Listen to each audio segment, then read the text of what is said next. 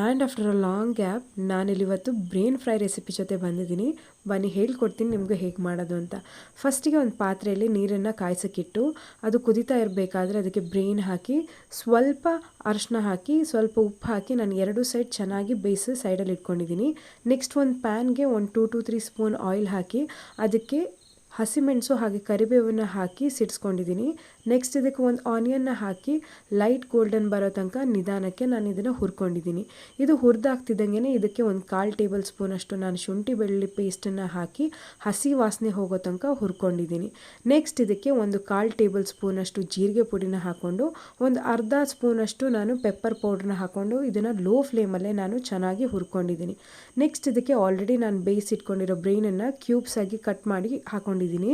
ಇದಕ್ಕೆ ಒಂದು 1/4 ಲೋಟದಷ್ಟು ನೀರನ್ನು ಹಾಕಿ ಉಪ್ಪನ್ನು ಅಡ್ಜಸ್ಟ್ ಮಾಡಿದ್ದೀನಿ, ಯಾಕಂದರೆ ಆಲ್ರೆಡಿ ನಾನು ಬೇಯಿಸೋಕ್ಕೆ ಕೂಡ ಉಪ್ಪು ಹಾಕಿದ್ದೆ. ನೆಕ್ಸ್ಟ್ ಇದಕ್ಕೆ ಕೊತ್ತಂಬರಿನ ಆ್ಯಡ್ ಮಾಡಿಬಿಟ್ಟು ನಾನು ನಿಧಾನಕ್ಕೆ ಮಿಕ್ಸ್ ಮಾಡ್ಕೊಂಡಿದ್ದೀನಿ, ಯಾಕಂದರೆ ಕ್ಯೂಬ್ಸ್ ಎಲ್ಲ ಬ್ರೇಕ್ ಆಗೋ ಚಾನ್ಸಸ್ ಇರುತ್ತೆ. ಅದಕ್ಕೆ ನೋಡಿ ನೀರೆಲ್ಲ ಡ್ರೈ ಆದಮೇಲೆ ಇದು ಕಂಪ್ಲೀಟಾಗಿ ಆಗಿದೆ ಅಂತ ಹೇಳಿಬಿಟ್ಟು ಲಾಸ್ಟಿಗೆ ಫ್ಲೇಮನ್ನು ಆಫ್ ಮಾಡಿಬಿಟ್ಟು ಲೆಮನ್ ಜ್ಯೂಸನ್ನ ಆ್ಯಡ್ ಮಾಡಿಬಿಟ್ರೆ ಬ್ರೈನ್ ಫ್ರೈ ಅಂತೂ ರೆಡಿ ಅಂತಾನೆ. ನೀವು ಮನೇಲಿ ಮಾಡ್ಕೊಂಡು ತಿನ್ನಿ, ಹಾಗೆ ಹೇಗಾಗಿತ್ತು ಅಂತ ತಿಳಿಸಿ. ಸದ್ಯದಲ್ಲೇ ಹೊಸ ರೆಸಿಪಿ ರೀಲ್ ಜೊತೆ ಬರ್ತೀನಿ. ಅಲ್ಲಿವರೆಗೂ take care, bye and don't forget to follow.